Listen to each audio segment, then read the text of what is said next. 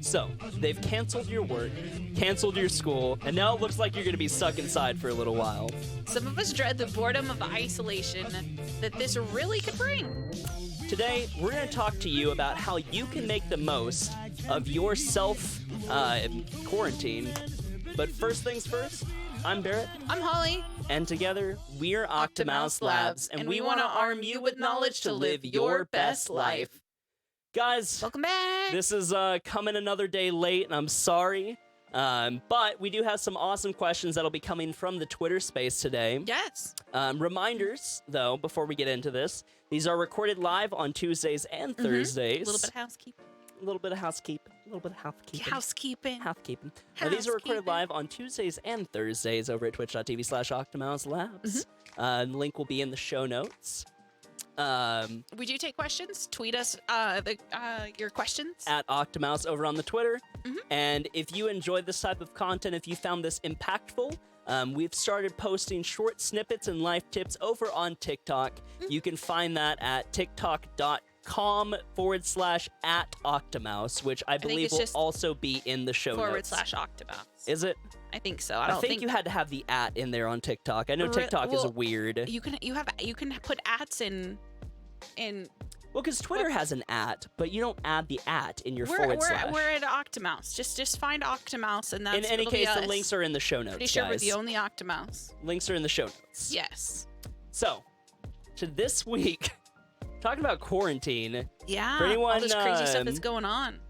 Anyone who doesn't know, a big viral outbreak has spread.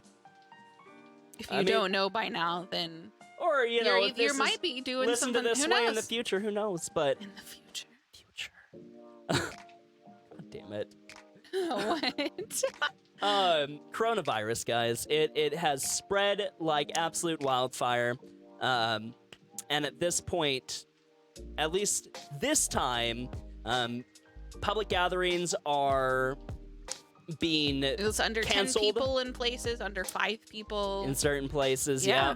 People are being encouraged to self-isolate, self-quarantine for like 2 weeks, I believe. It's still up. We're still updating. Schools are getting canceled and moved to online.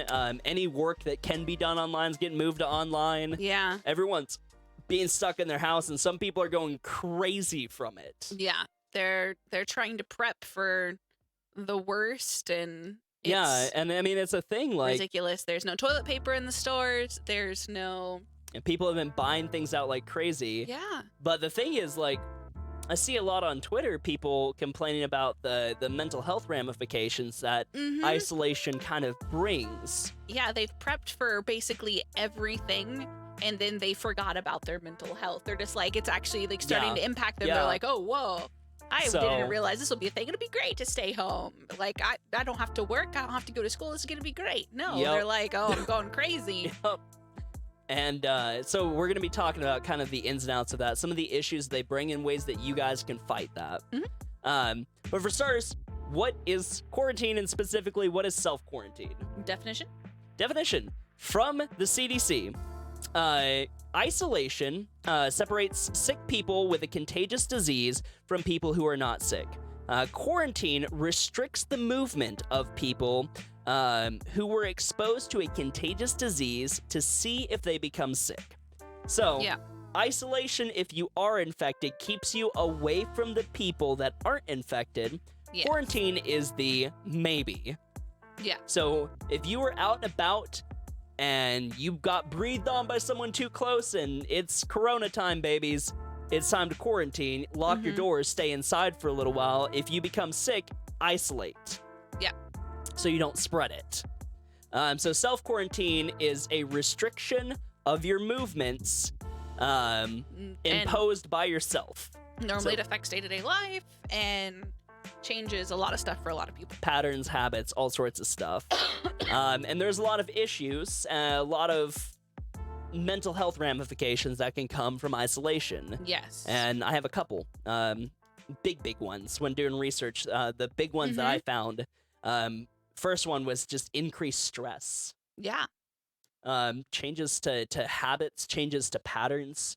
People are like pattern animals. Yeah, and stress things to the unknown and everything that this could. Anxiety, absolutely. And the media doesn't help that stress level with everything. Yeah, no, I know. You know, it was funny. I saw a thing entirely irrelevant. No, not exactly. It's about the media. I saw a thing on Twitter the other day. Someone just took a picture of their TV with the media talking about it, and it had coronavirus like written in like bloody Halloween letters. What? It's like, all right, if you're gonna talk about this, at least use a serious font. Like, I would judge you less for Comic Sans than using that font. Yeah. Like, come on, guys. But so what are some issues that increased stress can cause? Your sleeping habits. Yep. It can mess with your sleeping habits. In extremes in either ways too. Yeah, more sleep or less sleep. Yeah. And I mean, the same goes, stress is, we're using stress as kind of a blanket statement here, but anxiety is a manifestation of stress, whether it be, legitimate anxieties, legitimate fears, or maybe it's an anxiety disorder. In either case, it's a manifestation of stress. So, concentration issues, trouble focusing, yes, trouble staying on task. Yeah, it can even lower your immune system, which is lowers and it we've talked about this before, but stress also increases your risks of heart disease, of strokes, of all sorts of nasty stuff. Increases your risk of cancer.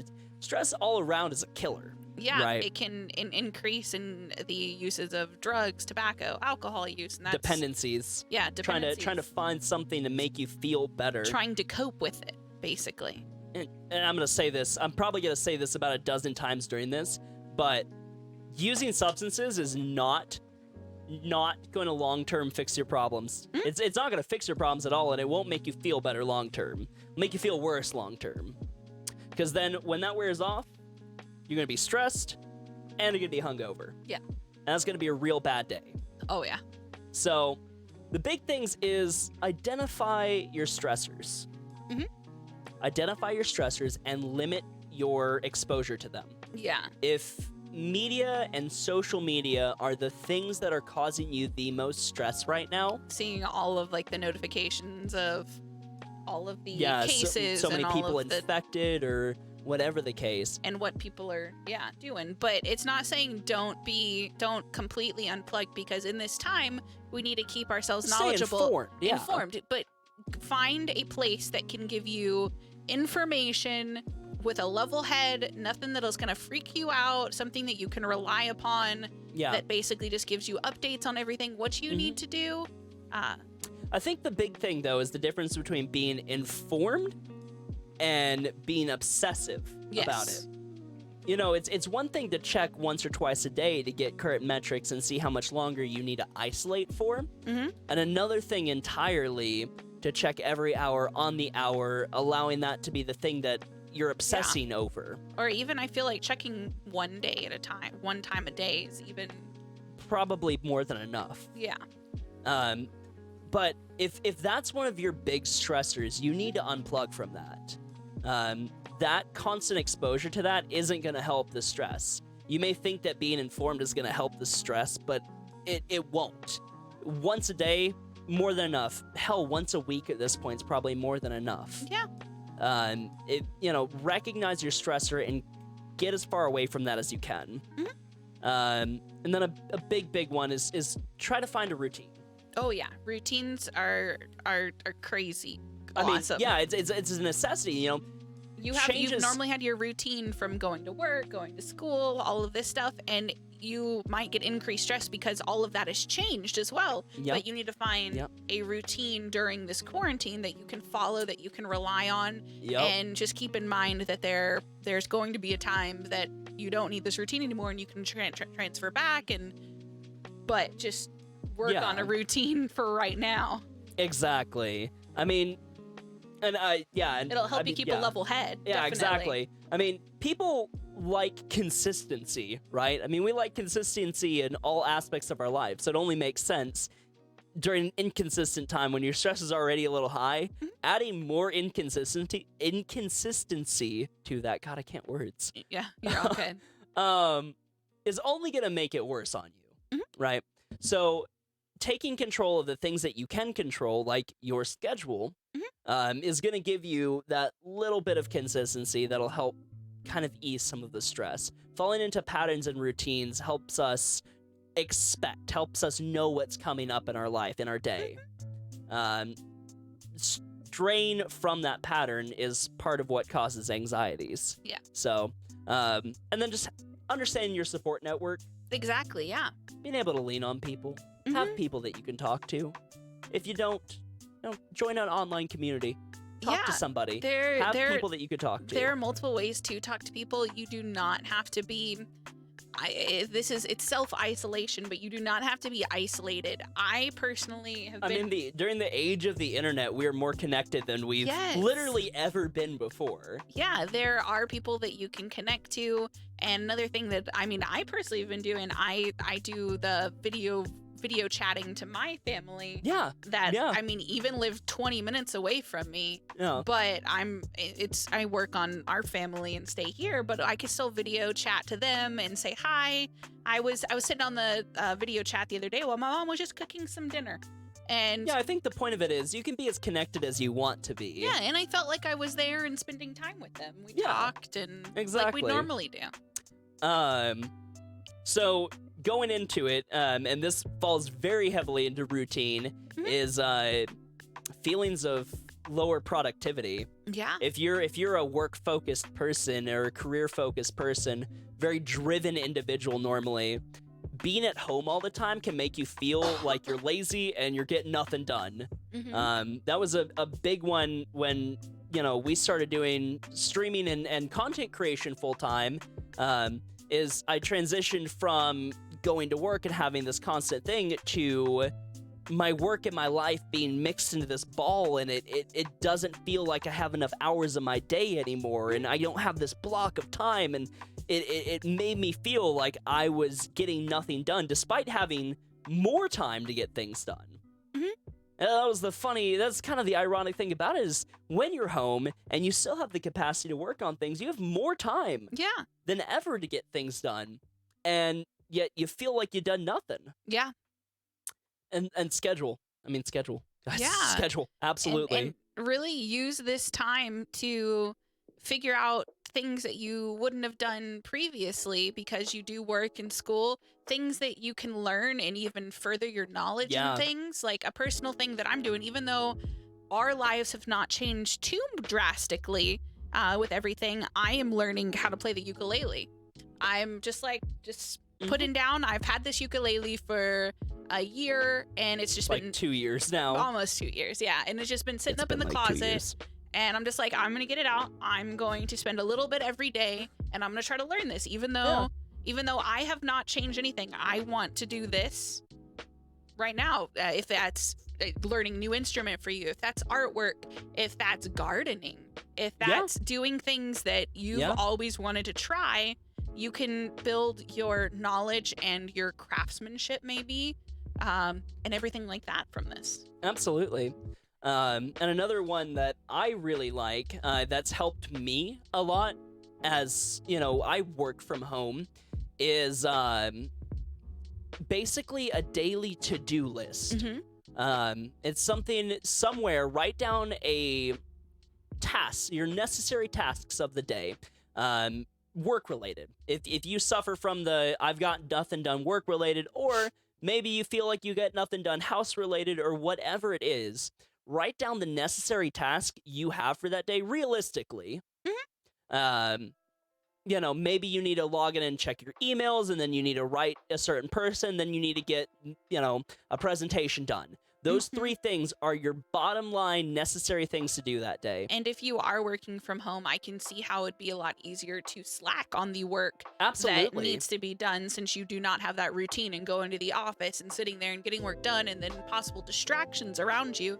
Have a checklist to keep you... Yeah, that checklist also, gives you a refocusing on what you need to get done. Yes. But as you do those things, you can cross those off, and at the end of the day, when you start feeling low and you're like, I had all this time, I could have done so much more, you can look at this checklist and say, no, actually, I got a lot of stuff done today. It gives you a constant thing to reflect back on to really show you how much you did get accomplished and can pull you out of the mindset of I achieved nothing to at least I achieved this.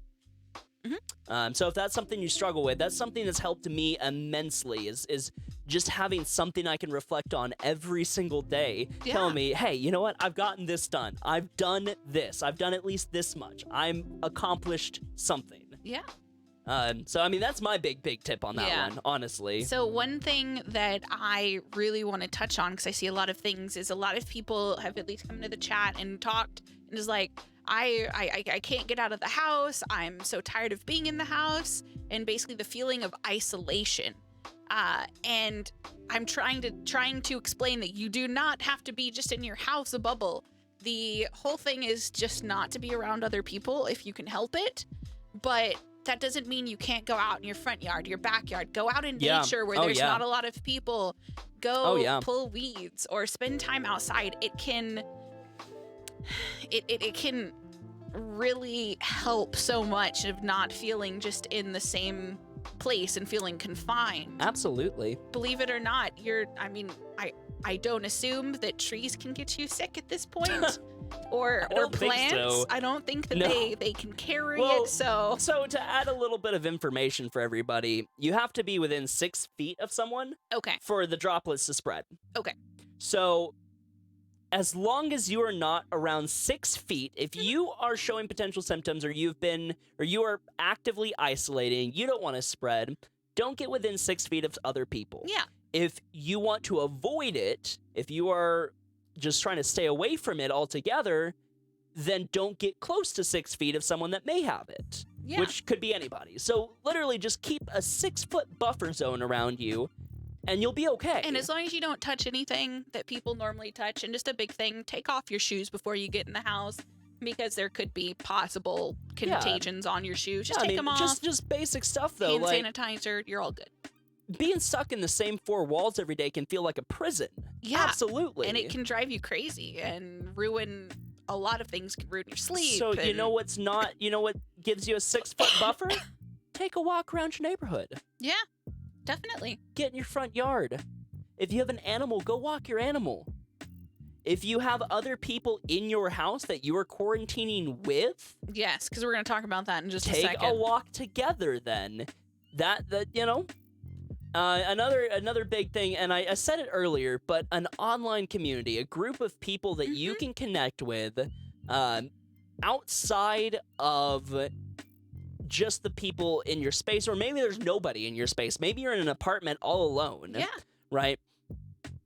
Having just anything, a book club, a Discord server that you're a part of, a group of friends that you game with, whatever it could be.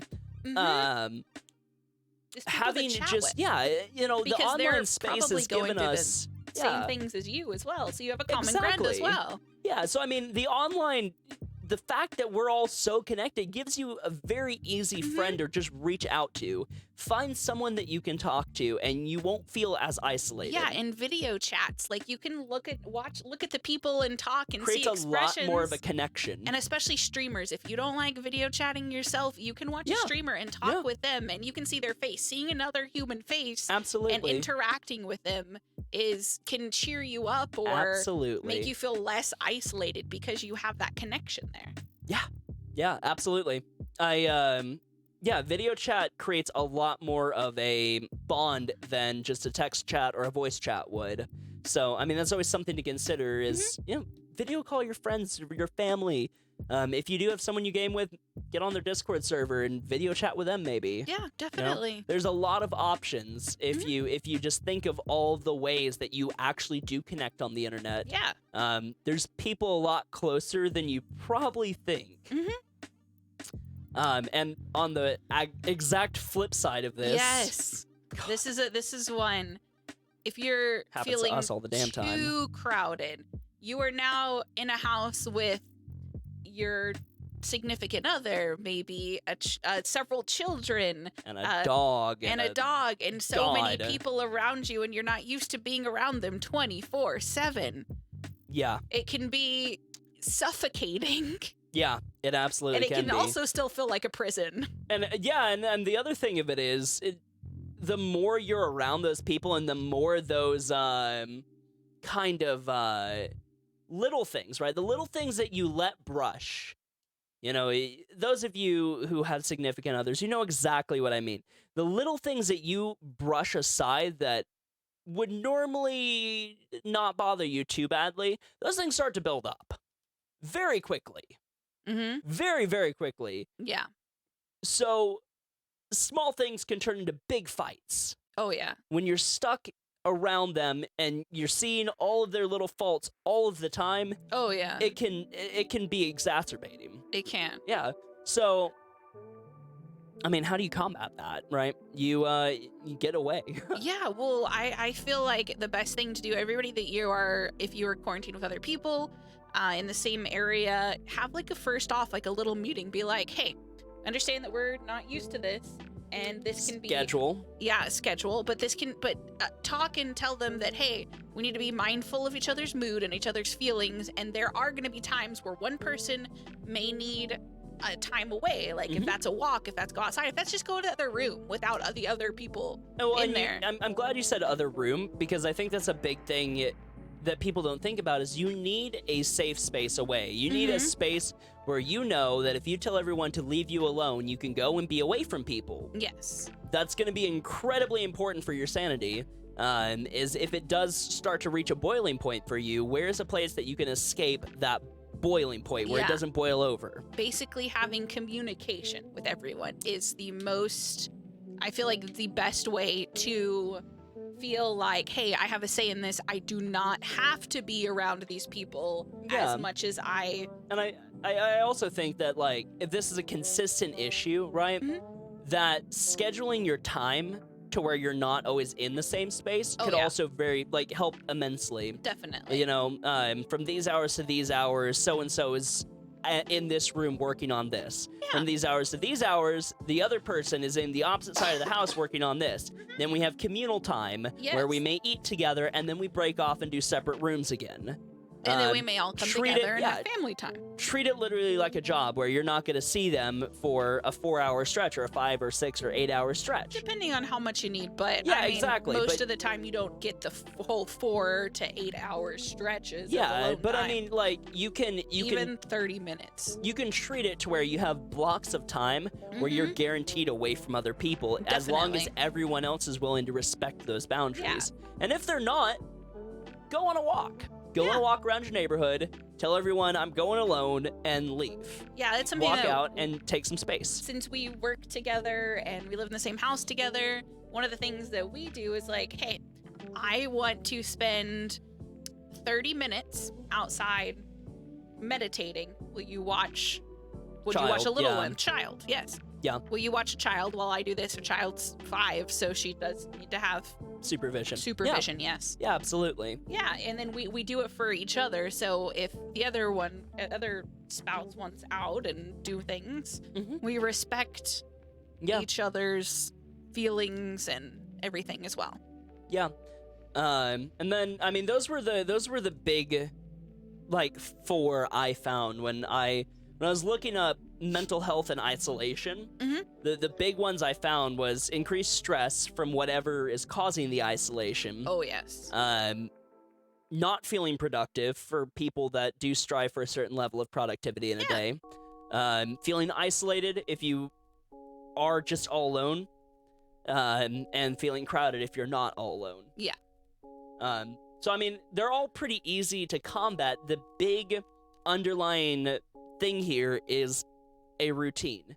Get up at the same time, eat at the same time if you can help it, do your work, have a checklist of things you are going to get done that day, have your home time where you do what you need to do around the house, have your family time, rinse and repeat. Yeah. That consistency will add structure and help kind of calm a lot of this for you. Exactly.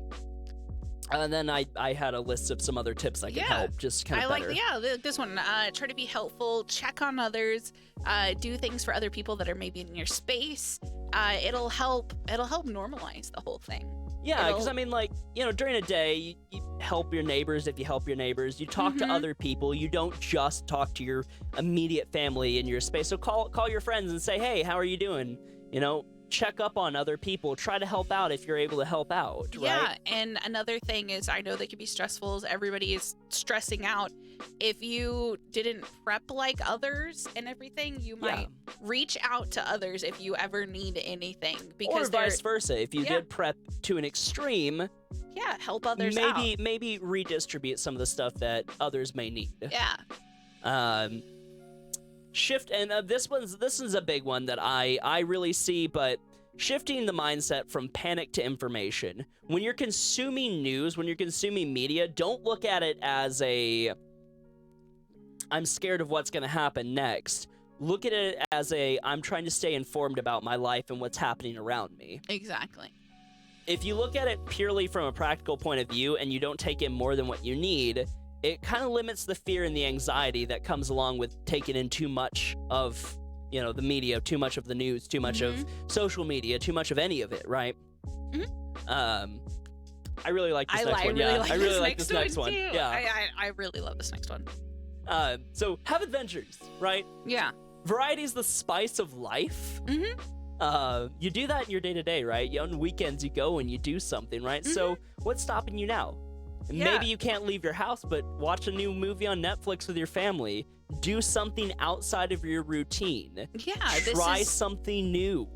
Think of this as an adventure, and this is it's just a crazy awesome opportunity to do so much more and to do things that are outside of the box, not just going to the movie theaters, but maybe making a home movie theater and popping your own popcorn. I like that. Yeah. Yeah, and creating the movie theater at your house, or make some memories, right? It doesn't all have to be bad. Yeah, don't focus on the stresses of everything and the craziness. Work on the potential of everything, of what you can do with it. Exactly. Because you have so much more time now, most of this is a big one. Yes. But as part of your routine, focus on your damn hygiene. Yeah, everybody's saying that. Change your clothes, take frequent showers, treat yourself like a human. Just because you're inside doesn't mean you don't still need to be presentable. It's for your mental health as much as it is for the people around you. Yeah, you might not have to put on makeup or anything for your job, but still take a shower. Yeah, take a shower and get cleaned up. Make sure that you are all hygiened up. Make sure you wash your hands. And I mean, yeah, it sounds so simple, but it helps normalize your day-to-day. If you're used to waking up and changing your clothes and taking a shower, do that. Yeah. Don't stop doing that. Yeah, don't just... Because if you do, it's going to feel like it's been a huge variation from your normal routine. It's going to feel weird and alien. Yeah. The goal is to keep this from feeling weird and alien. Exactly. And then my personal favorite one. So many people look at this as a negative, right? Yeah. Oh, I'm stuck inside. Oh, I'm away from my friends. But the truth of it is, you're now getting however many hours extra in a day that you would normally spend commuting and doing your makeup and doing all of these little things, right, that add up to hours in a day, right? You now have this extra block of unregulated time. Yes. The things you can do with that are unlimited, right? If you've always wanted to pick up a skill, now's your chance. This is your time to spend time and learn an instrument or go to take an online course and learn something, right? Yeah. Read the books you've been meaning to read. Better yourself in some measurable way. So when you look back on this, you say, hey, I use this time to be a better person. I use this time to progress my life in some measurable way. Yeah, because you do have a lot more time.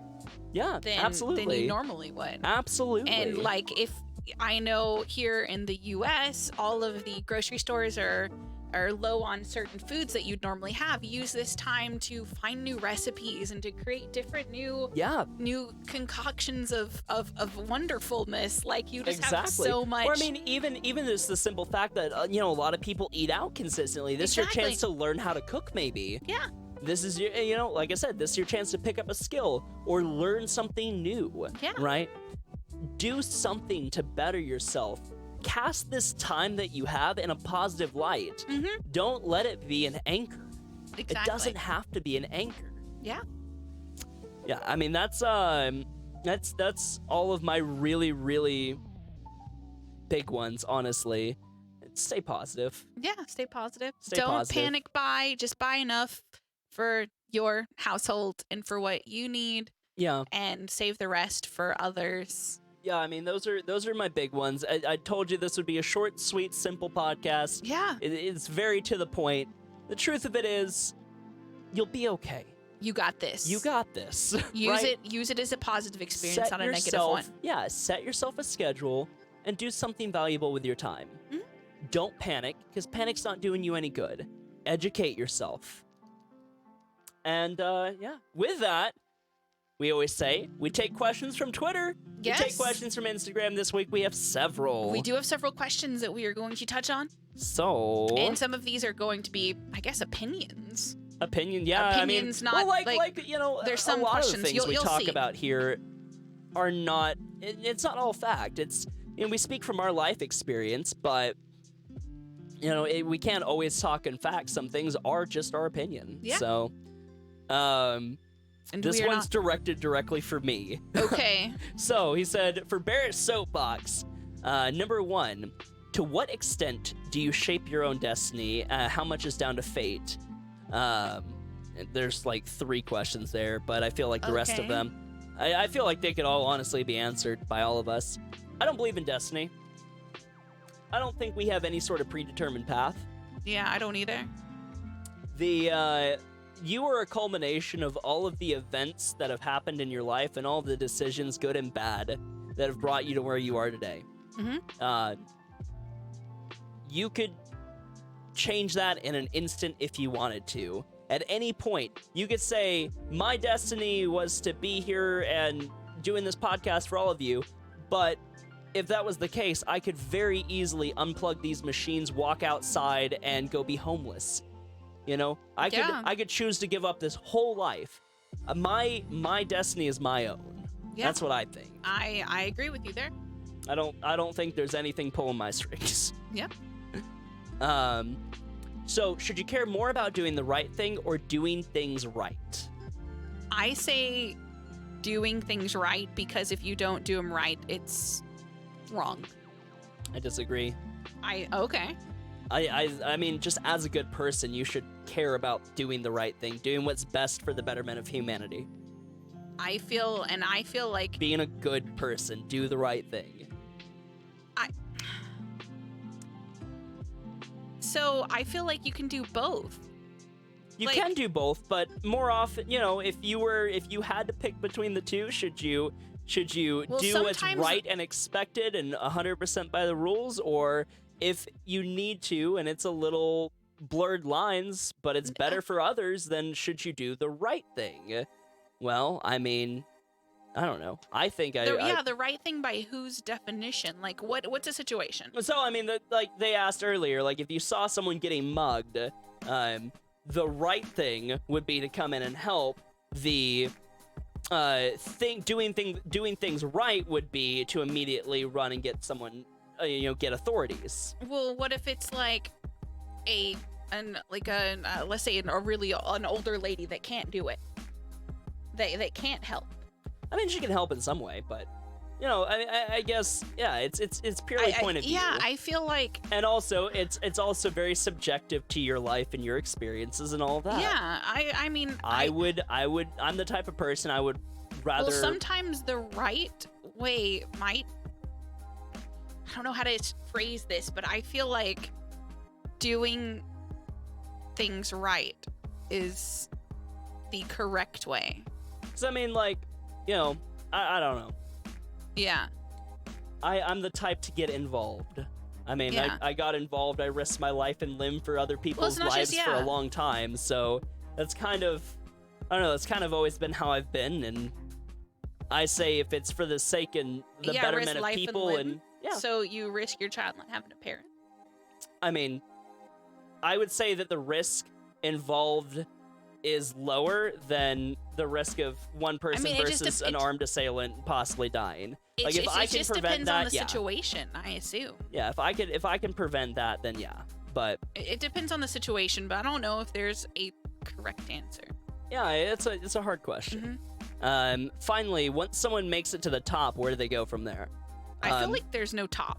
Yeah, the top is defined by you. Yeah, the top is defined by you, and if you feel like you've made it there, then congratulations, you've made it there. But there is you're looking too low. Yeah, you're looking too low. Yeah, that's all there is to it. You should always have a next. Yep. It gives you something to strive for, to accomplish, to achieve. If you don't have a next, then you need to reevaluate. Maybe. You need to reevaluate your life. Yeah. What is the biggest change you want to make in your life? The biggest change. I would like to really just get my schedule down better. That's mine. That's it. It's easy. I really like to be healthy, both physically and mentally. I like that. I can get behind that. Healthy physically and mentally. That was the biggest change I would like to make in my life. And I work on that slowly. I feel like every day working on doing the most I can. And there are things that I could do better, 100%. And yeah, but that's my biggest. Be healthy physically and mentally. I like it. What was the single best realization you've ever had? You can choose to be happy. We know a lot about living things, so we don't know. You can choose happiness. Yeah, you can choose to be happy. I think for me, it was. I have every right to choose to pursue whatever I want to pursue. I like it. I don't have to let people tell me what I need to do with my time. What if you were offered the opportunity to go into space? Yeah, I'd take that shit in a heartbeat. I'm a huge nerd. Like, I don't know if I would. Oh yeah, no, I'd be down. I know he 100%, would. 100%. Yeah, 100%. Nope, doing that. Like, offer me. I'm going up tomorrow. Let's go. It would have to be a thing that I'd really consider. What do you think is the best feeling in the world? Ooh. Mine's an easy one. Satisfaction. Accomplishment. When I look back and I realize I did something and I'm proud of myself, and I don't know, I feel on top of the world. Mine's still kind of in yours as well. It's satisfaction, that feeling of. I get satisfaction from accomplishment, but mine just accomplishment specifically. Feeling accomplished, feeling like I used my time for something good and valuable. Yeah. That, to me, is the best feeling in the world. Yeah. This one's a little more on topic. Okay. So since office jobs are allowing their employees to work from home, what do you think it'll be like when they're forced to come back into the office? They've clearly proven that the job can be done from home. Do you think there'll be an influx of jobs being converted over? I feel like there's going to be a certain level. Because it's going to be cheaper for the company. If it's cheaper for the company, then they'll consider it. Yeah. Because they don't have to pay for even the supplies, for the electricity, for that place. Exactly. I feel like there are going to be more jobs, but then again, I don't know about more jobs, but I more think jobs, but possibly more transition work. to from home sort of work. Yeah. Yes. I mean, I agree that this could be a proof of concept. Yes. But also, I feel like it would change how people work, because maybe they work differently than at home than at work. Maybe they work harder one area or another, and they might see differences there as well. I feel that a lot of the why we show up to works, why a lot of these office jobs are the way they are, why there's managers, the why behind it is rooted in tradition, is rooted in this is the way things have always been done. Yeah. Why do you work 9 to 5? Well, that's because way back when the Ford assembly line set hours to 9 to 5. Yeah. Did anyone do 9 to 5 before that? No. Did anyone? Yeah, but we've run that as our model since. Yeah. Other countries don't do that. Yeah. But we do. Yeah. You know, if you finish your work early, do you get to go home? No, you're there for 8 hours. Like, we do it because we've always done it. It's an antiquated system, and, will this possibly be a proof of concept? Will some companies actually consider the faults in their old system? Possibly. Hopefully. Yeah. But then there are supervisors and managers for a reason, making sure that people get the work done. I feel like people at home have a potential to slack a little bit more and I feel have like distractions when and stuff. they realize that a vast majority of their work is getting done regardless, they're going to realize they don't need as many managers and supervisors as they thought they did. That could be Because I'll tell you from my experience in the workforce, managers are there for micromanagement. And if anything, hurt productivity more than they help it. Yeah. Because, you can't tell me you haven't had managers that stood over your shoulder and micromanaged what you did. Not really. Really? Yeah. You're lucky. Yeah.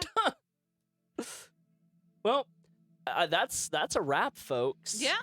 If you enjoy what we do, you want to support this, and you want to get this message out there of positivity, of empowerment, of knowledge, guys, yes. Drop a review on this podcast and share it with someone who needs to hear it. Definitely. Just share it with anybody that's in the same, that probably everybody right now needs to hear this. Honestly. Don't freak out. Everything's going to be okay. Get a routine. Freaking spend time outside. Yeah. You'll be great. You'll do fine. Thanks for listening, and we'll see you tomorrow. We love you guys. Yeah. Bye. Bye.